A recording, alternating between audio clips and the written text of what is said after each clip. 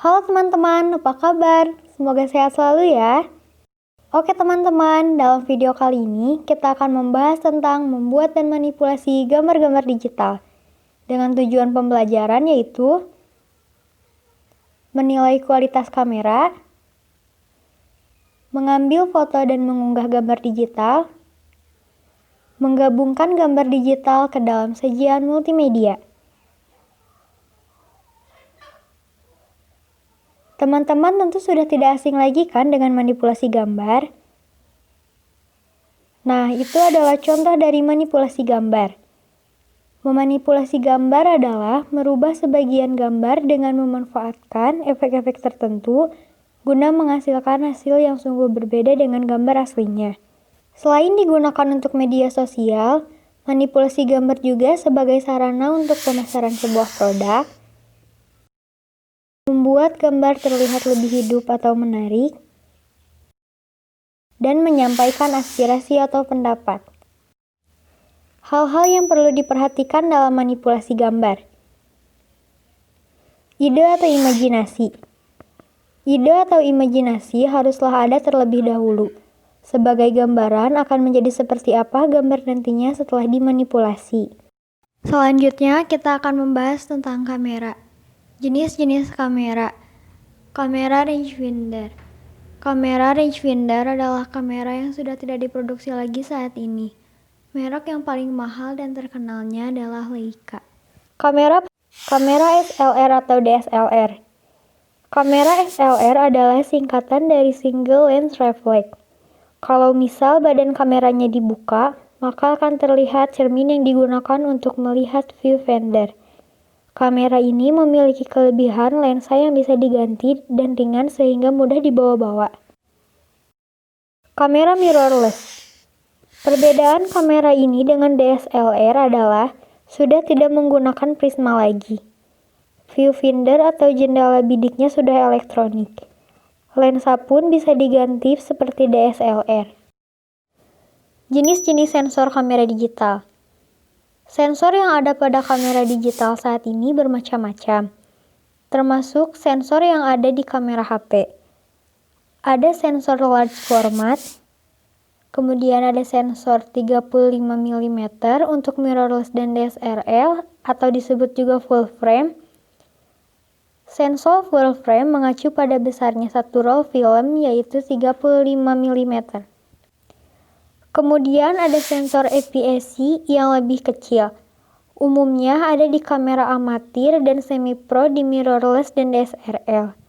Penyebutan sensor yang lebih kecil dari full frame biasanya berlainan antara pabrikan kamera.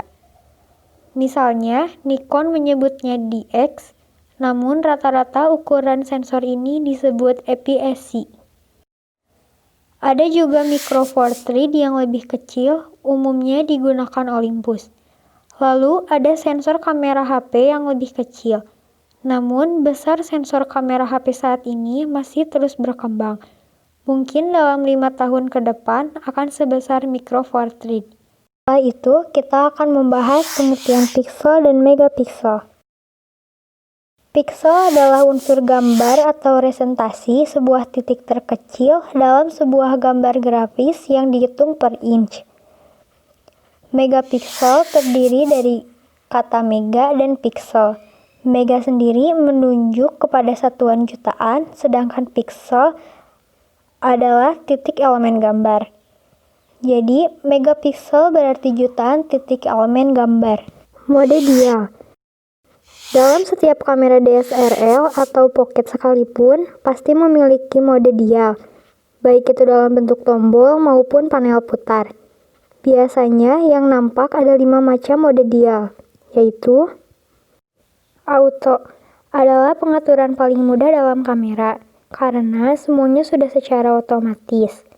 Adventure priority adalah di mana kecepatan akan diatur secara otomatis, kemudian untuk diafragma atau bukaan, kita akan atur sesuai kebutuhan. Speed priority adalah di mana sistem ini merupakan kebalikan dari adventure priority. Program adalah semua telah diatur oleh kamera. Bisa dikatakan setting default mirip seperti auto.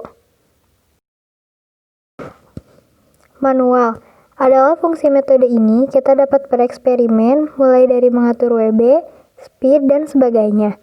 Cocok untuk fotografer profesional atau yang sudah mengerti setting kamera. Baterai ion litium umumnya dijumpai pada barang-barang elektronik konsumer. Baterai ini merupakan jenis baterai isi ulang yang paling populer untuk peralatan elektronik portable karena memiliki salah satu kedapatan energi terbaik tanpa efek memori dan mengalami kehilangan isi yang lambat saat tidak digunakan. Apa itu shutter speed? Shutter speed merupakan ukuran kecepatan buka tutup jendela sensor atau selama sensor menerima cahaya. Kecepatan shutter diukur dalam satuan second. Semakin cepat shutter speed, semakin cepat pula sensor menerima cahaya dan sebaliknya. Apa itu aperture? Aperture atau bukaan lensa adalah ukuran seberapa besar atau kecil terbukanya diafragma lensa yang diukur dengan f-number. Yang menarik, semakin kecil angka f-stop yang tertera, semakin besar pula bukaannya. Jadi, jangan sampai salah persepsi ya. Semakin besar bukaan lensa, semakin banyak pula cahaya yang masuk. Alasannya sederhana. Ibarat jendela, semakin lebar jendela dibuka, maka semakin berlimpah cahaya yang masuk. Secara definisi, ISO adalah ukuran tingkat sensitivitas sensor kamera terhadap cahaya. Semakin tinggi setting ISO, maka semakin sensitif sensor kamera terhadap cahaya. Mengapa kita perlu menaikkan ISO? ISO perlu dinaikkan pada kondisi berikut. 1. Kondisi minim cahaya. 2. Sudah menggunakan aperture dengan bukaan terbesar. 3. Sudah mengatur shutter speed pada kecepatan paling wajar. Adakah pengaruh menaikkan nilai ISO? Menaikkan ISO sering dilakukan fotografer saat dalam kondisi kurang pencahayaan. Tujuannya agar tetap mendapatkan shutter speed yang wajar, sehingga bisa meminimalisir hasil foto yang shake atau blur. Namun, ada efek samping saat ISO dinaikkan.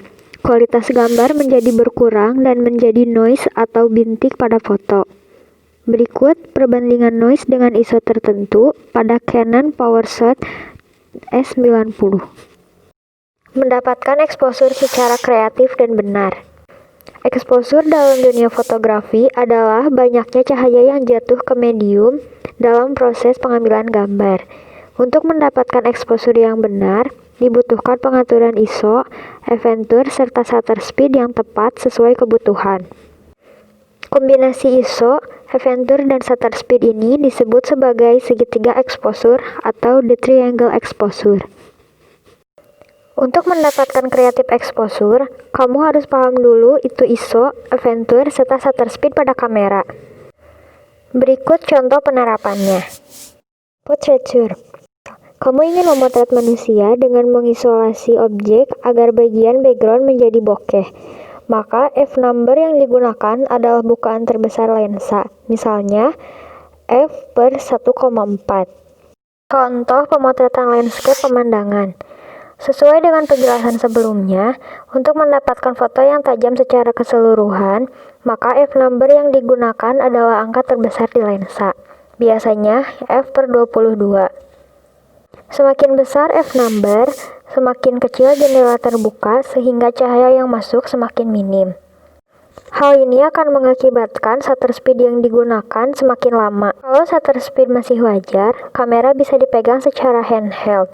Jika shutter speed sangat rendah, wajib menggunakan tripod. Pada pemotretan landscape, usahakan menggunakan ISO paling rendah, misalnya ISO 100 atau ISO 50. Karena foto landscape umumnya harus meminimalisir noise agar foto terlihat sangat tajam. Jenis-jenis software gambar digital.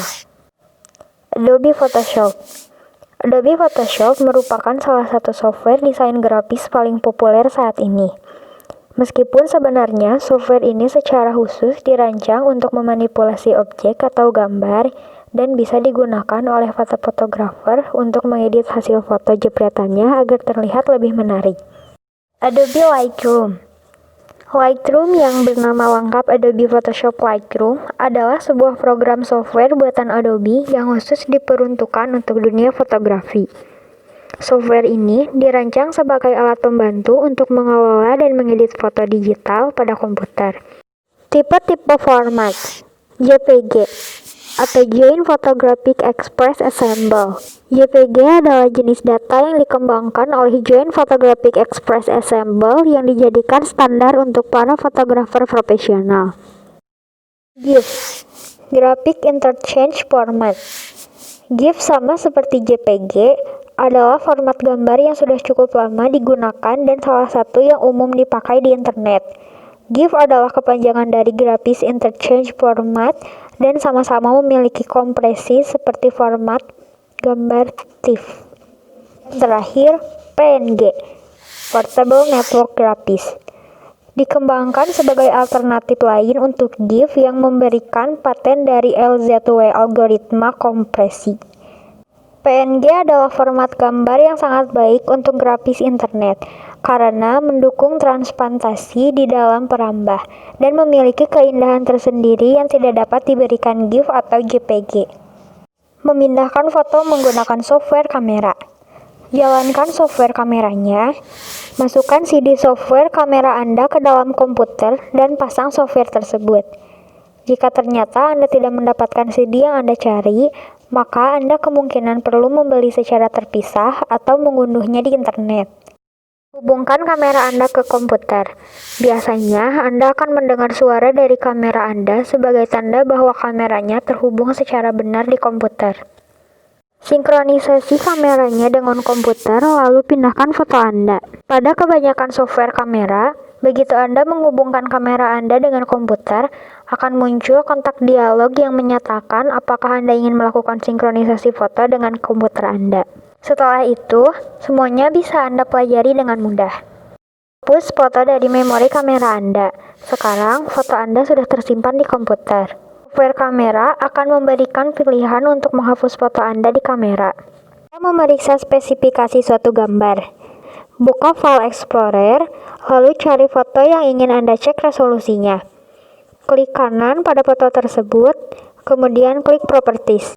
Pergi ke tab Detail, di sana terdapat rincian informasi dari foto Anda, termasuk dimensi atau resolusinya. Pertama, kita buka software Adobe Photoshop sisi 2017.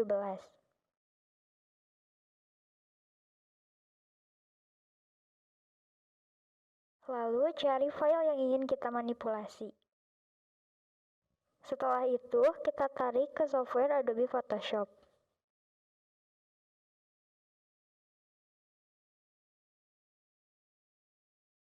Kita ubah level RGB fotonya menjadi 7, 1,15, 197.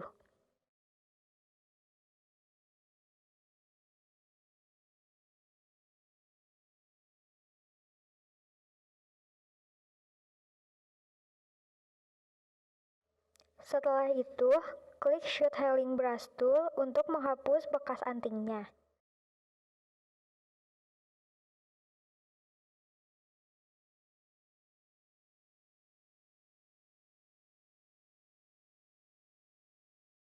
Klik Quick Selection Tool dan kita seleksi objek yang ingin kita manipulasi.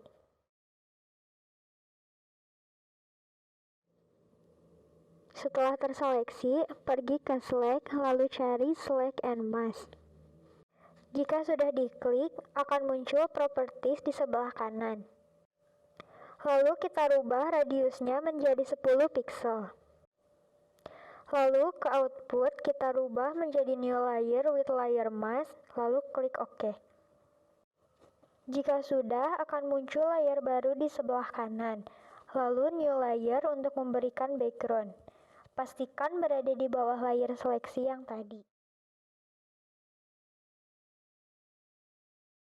Lalu klik icon warna yang berada di sebelah kiri dan masukkan kode warna DCDBD9, lalu klik OK.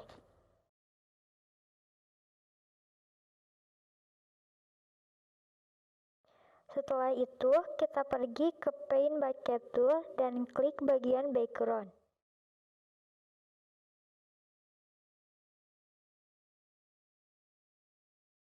Lalu kita masukkan gambar untuk nanti kita satukan dengan objek sebelumnya.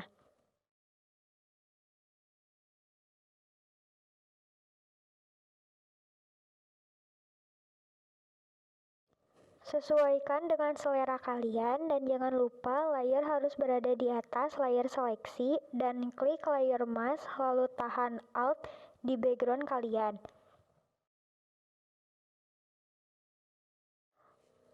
Lalu drag ke gambar barusan kita masukkan dan jangan sambungkan layer mask ke gambar. Lalu kita sesuaikan.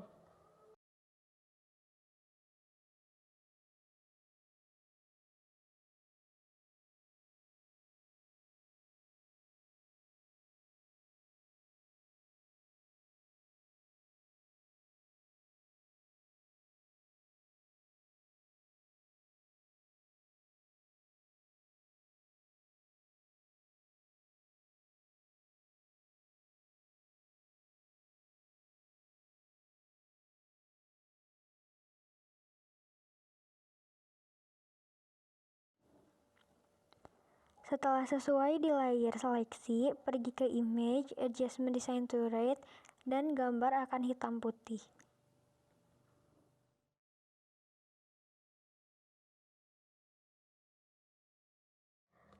Pergi lagi ke Image Adjustment Level, kita ubah menjadi 117, 0,73, dan 225.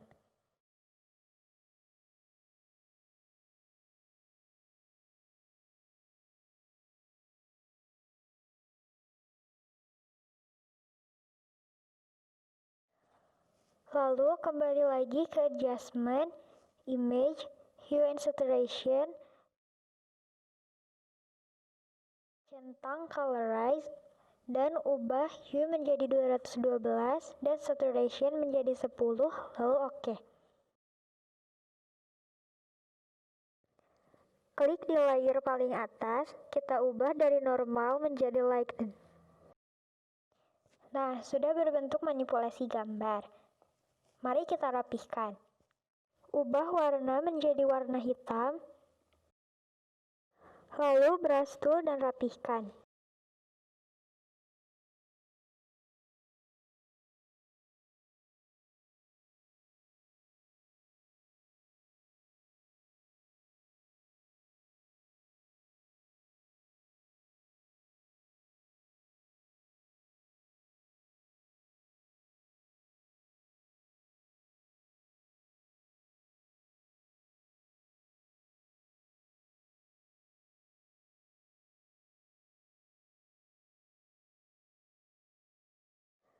Dan ganti warna menjadi putih untuk menambah efek dari background-nya.